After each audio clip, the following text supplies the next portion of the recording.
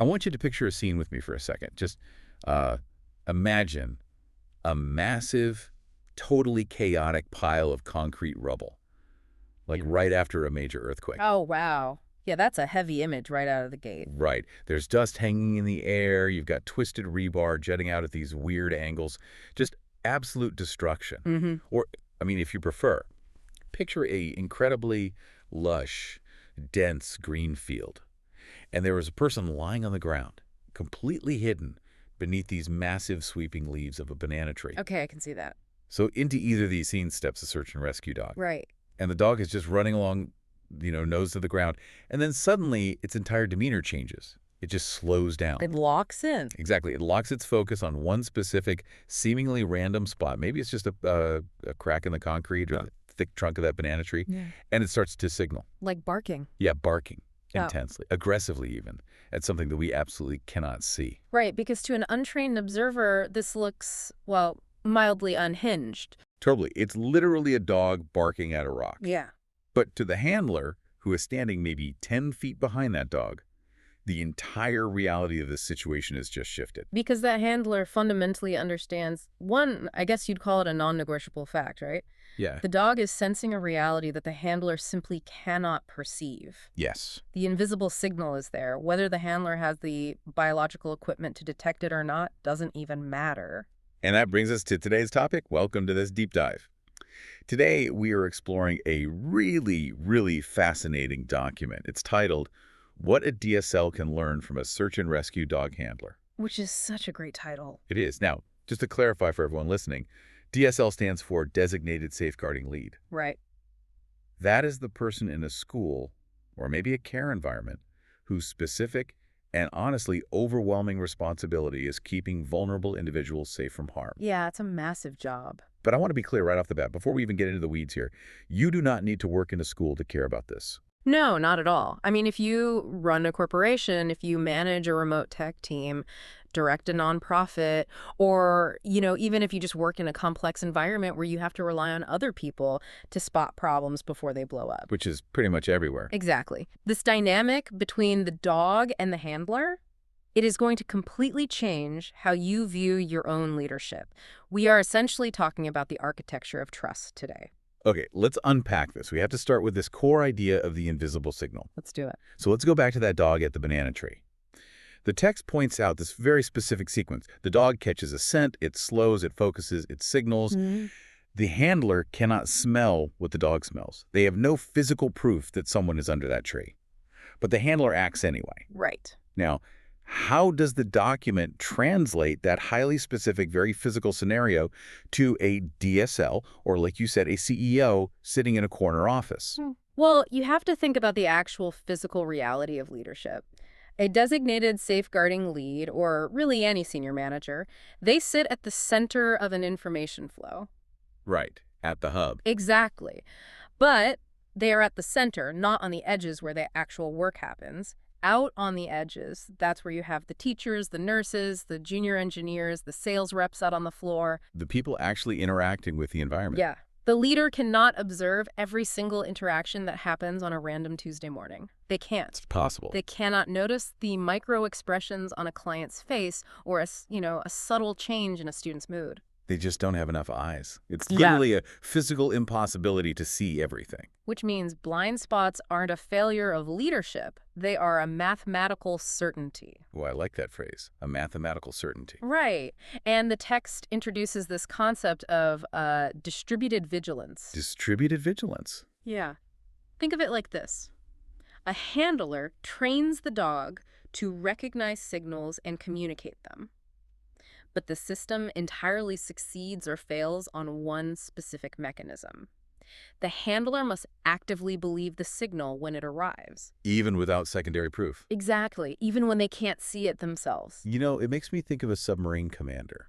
Oh, that's a good comparison. Right, because a submarine commander is in charge of this massive, lethal vessel, but they are entirely blind.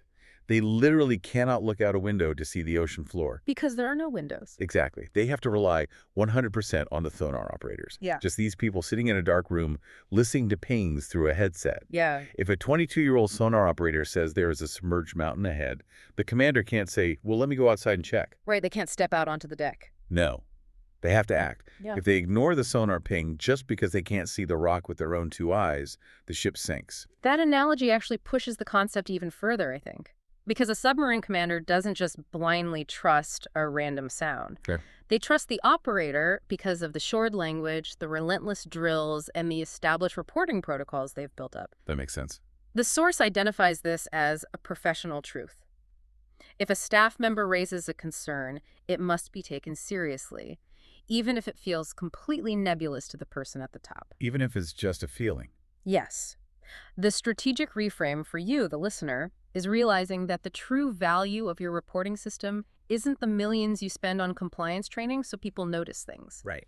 The real value is the mechanism that ensures you actively believe them when they actually speak up. But wait, taking every vague concern seriously immediately creates a massive new problem, doesn't it? How so? Well, if we're honest, the quality of those signals is rarely perfect. It's not always a deafening sonar ping or a dog barking its head off. Oh, for sure. In the real world, the signal is often incredibly quiet. It's a whisper. The document points out that early safeguarding signals, the ones that actually prevent disasters, they rarely arrive as a neatly typed, highly detailed report confirming a crisis. They're much messier than that. So much messier. The source actually lists some actual phrases that DSLs hear. Things like, something felt off, or I noticed a small change. Or just, I don't know, it's not quite right. Yeah, not quite right. And those phrases are where most organizational systems completely break down. Absolutely. Because a subtle signal is small, it lacks data, it's entirely devoid of drama. Right. But the text emphasizes that it contains immense meaning if you know how to decode it. Wait, let me play devil's advocate here for a second. Go for it. Because my immediate reaction as a leader would be hesitation. Like, if I act on every vague, something felt off that an employee brings to my desk, don't I risk creating a completely paranoid culture? That is the standard fear, yeah. If I launch a full investigation, every time a teacher thinks a student looks a bit sad, or a manager thinks a client sounds weird on a call, I'm just inviting an endless stream of false alarms. And worse, I'm creating this witch hunt mentality where everyone is just hyper-analyzing everyone else's behavior, looking for shadows. Well, what's fascinating here is how the source anticipates that exact hesitation. Oh, really? Yeah, through what it calls core insight 5, which is instinct is trained, not random. Like, not random. Okay. We have this massive tendency in corporate cultures to dismiss the word instinct as some kind of mystical, baseless gut feeling. Like it's magic. Right, like, oh, I just had a feeling. Exactly. And the text argues forcefully against that. A search and rescue dog's instinct isn't magic. It is the result of rigorous conditioning. Hundreds of hours of work. Refined through endless repetition and grounded in real-world environments. So when we translate that to human professionals, their instincts are forged in the exact same way. So you're saying it's essentially subconscious pattern recognition. Yes. The brain is doing the math before the mouth can explain it. That is exactly the underlying mechanism. Yeah. When an experienced staff member says, I'm not sure, but something feels off, they are actually articulating a deviation from a baseline. Give me an example of that. Okay, let's look at a classroom. A teacher sees the same 30 students every single day. Over 6 months, they establish a deeply subconscious baseline for a particular student. Sure. They know how they act, how they talk. Right. And then one day, that student, who usually sits in the front and talks a lot, moves to the back row, completely avoids eye contact, and is wearing a heavy long-sleeve sweater on a really hot day. Now, the teacher might not immediately think, self-harm or abuse. They just feel that vague sense of not quite right. Because the pattern broke. Exactly. And the psychology behind this is vital. The human brain is an anomaly detection engine. An anomaly detection engine. I love that. It flags the deviation, the sweater, the silence, the posture, long before the conscious mind can formulate a coherent, legally bulletproof argument about why it matters. Right, because writing a report takes conscious effort. Yeah. That hesitation that I'm not sure, but that is very often the genesis of vital insight. It is a highly trained observation that simply hasn't found its vocabulary yet. Which completely reframes the whole idea of a vague concern. It's not that the concern is inherently weak, it's that the vocabulary just hasn't caught up to the observation. Precisely. Take this out of the school environment for a second. Imagine a mid-level manager on a sales team. Okay. They've dealt with a specific vendor for 5 years. Suddenly, the vendor's emails get a little shorter, maybe a little more delayed, and the tone just shifts slightly. The manager can't go to the CEO and say they're going to breach our contract because they have zero proof. None at all. But their trained pattern recognition is screaming that the baseline has shifted. And what happens if the CEO demands proof before listening? They ignore the signal. Right. And the source delivers a very stark professional truth about the consequences here. If a handler ignores a dog's signal because they don't see the person in the rubble themselves, the search fails and someone dies. Wow. If a leader ignores a vague safeguarding signal because it lacks bulletproof data, the risk quietly escalates in the background. And that window for early, low-impact intervention, it's slammed shut. It's gone. The text explicitly states that the cost of exploring uncertainty is almost always exponentially lower than the cost of ignoring it. Okay, here's where it gets really interesting to me. Having established why we absolutely have to listen to these poorly articulated signals, the document shifts into the mechanics. The how. Yes, the how. How do you actually structure a system to ensure those signals are spoken aloud in the first place? Because, let's be honest, people are naturally afraid of sounding stupid. They're terrified of it. Right. And the architecture of your system dictates what information survives. The source makes this profound assertion. Safeguarding, and by extension, any high-stakes leadership is not a hierarchy. It's not a hierarchy. No, it is a partnership. See, that challenges a lot of deeply entrenched corporate mindsets. Yeah. We love our rigid org charts. Oh, we obsess over them. Information flows up, directives flow down. The person at the top has the final say in the ultimate vision. But the text argues that success depends entirely on a symbiotic loop. The dog's detection, the handler's interpretation, and mutual trust. The 3 pillars. Yeah, because the dog cannot dig through the rubble and administer medical aid alone. Obviously not. And the handler cannot smell through 3 feet of concrete alone. Right. So translated to human systems, success depends on the frontline staff noticing the anomaly, the leader interpreting that anomaly within the broader organizational context, and the system structurally supporting both of them to do so without friction. But how do you practically build that? Like, how do you actually lower that friction on a Tuesday afternoon? Well, this introduces a concept from the text called the trusted signal culture. It requires building an environment where people actually have the social and relational safety to communicate a hunch. A hunch. Yeah. And I want you, the listener, to honestly evaluate your own workplace right now. Oh, this is good. When someone below you in the org chart raises a concern, do they feel heard? Or do they feel the crushing weight of needing to gather an airtight portfolio of evidence before they even dare to knock on your door? Oof. That is a brutal question to ask because I think the answer for most places is the latter. Unfortunately, yeah. Like if a junior software engineer notices a weird vulnerability in a new code deployment, but they know the engineering director will just say, we'll run 3 different diagnostic tests and bring you the data logs, proving it's a critical flaw before we delay the launch. That junior engineer is going to stay quiet. Exactly. They are going to wait until the servers actually crash because a server crash is undeniable proof. If we connect this to the bigger picture, the source outlines how this dynamic dictates organizational health. The foundation of safety is an open reporting culture. It means actively teaching your team how to articulate what they're feeling. It means moving away from that outdated corporate mantra of, bring me solutions, not problems. Oh my gosh, I have always hated that phrase. Right. It's the worst. Bring me solutions, not problems. Actively discourages early warning systems. Yeah. It basically tells people to hide the smoke until they have personally invented a fire extinguisher. And by then, the building is on fire. Exactly. A trusted signal culture demands the exact opposite. It says, bring me your uncertainties, bring me your not quite rights, and we will figure out the solution together. That's distributed vigilance in action. Exactly. It's empowering your team to use their trained instincts without the psychological fear of being dismissed as paranoid. So, okay, what does this all mean for the Monday morning reality? Mm. Should a DSL or a hospital administrator or a startup founder just throw away their standard operating procedures and run the entire organization purely on vibes and gut feelings? Hmm. Because, frankly, that sounds like a recipe for total chaos. And that is exactly why the source includes a crucial grounding section. It's titled The Honest Bit, where the SAR analogy breaks down. I'm glad they included that. Because no, you absolutely cannot run an organization on raw vibes. Let's provide that reality check then. Where does the dog metaphor hit a wall? Because a metaphor is only useful until it isn't. Right. The document outlines several critical differences to ensure leaders don't take a dangerous lesson away from this. First, we have to look at the nature of the observation itself. Okay.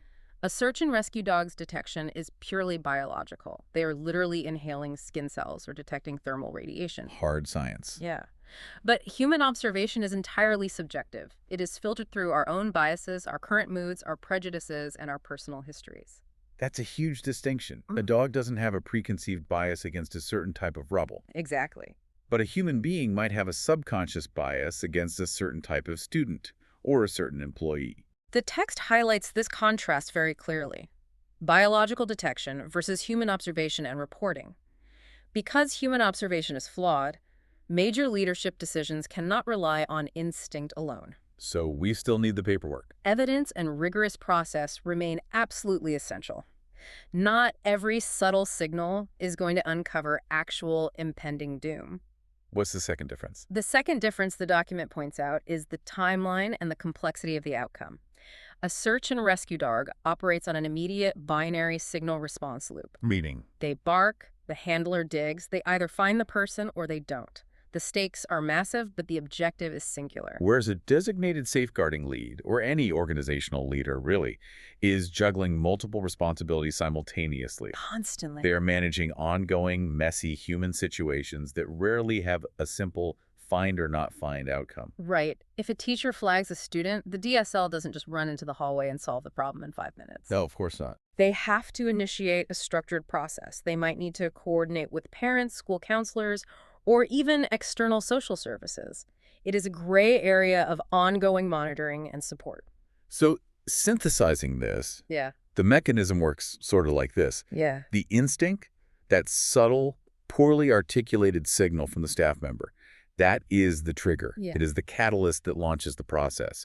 But it is not the final verdict. Exactly. You trust the signal enough to look under the banana leaves, but you rely on the cold, hard, structured process to determine what to actually do once you get there. That distinction is the bedrock of effective leadership. The instinct gets you to look. The process tells you how to handle what you find. Perfect. You don't ignore the dog barking at the tree, but you also don't ask the dog to perform the medical triage. Right. You let the anomaly detection point the way, and then your structured human systems take over the investigation. Man, we've covered some serious ground today. We started with this incredibly vivid, almost strange image of a dog barking at nothing in a pile of earthquake rubble. And we've followed that thread all the way to the heavy, really complex responsibilities of a leader trying to decode a vague something feels off from an employee. It's a journey, right, from simply acknowledging the existence of invisible signals Yeah. to actually doing the hard work of building an architecture of trust. Yeah. An architecture that allows those signals to survive the journey from the front lines all the way to the executive desk. And the biggest takeaway for me is this fundamental shift in how we define a leader's job. How so? Well, the document makes it so clear that your job is not to see everything. Right. Demanding total centralized control or absolute certainty before you act is a massive liability.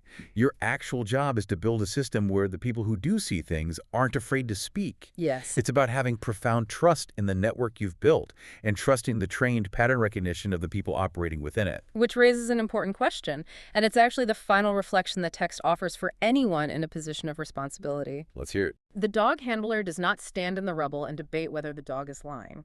They understand the training, they understand the partnership, and they act on the signal. So the question the source leaves for you to carry forward into your own work is this. When a concern is raised in your organization that lacks hard evidence but comes from a place of trained experience, do you trust the signal to start the process? Or do you wait until the damage is so obvious that you no longer have a choice? I want to leave you with one final kind of lingering thought on that choice. Yeah. Because we've spent this entire time talking about the cost to the mission, right? Right. The lost opportunity, the escalating risk, the failed search if a leader ignores a signal. Hmm. But think for a moment about the psychological toll on the signalers themselves. Oh, wow. Yeah. Think about your staff, your peers, the people out on the edges of your organization. Hmm. In the world of search and rescue, if a handler repeatedly ignores their dog's bark, eventually behavioral conditioning takes over. The training degrades. Exactly. The dog learns that barking is completely pointless. The dog learns that signaling yields no reward and prompts no action. So the dog just goes silent. That's chilling. It really is. So take a hard look at your own organization. If you continually demand hard evidence before listening to someone's trained instinct, if you just dismiss their not quite right as paranoia or a lack of data, Yeah. are you accidentally training your own team to walk right past the rubble without making a sound?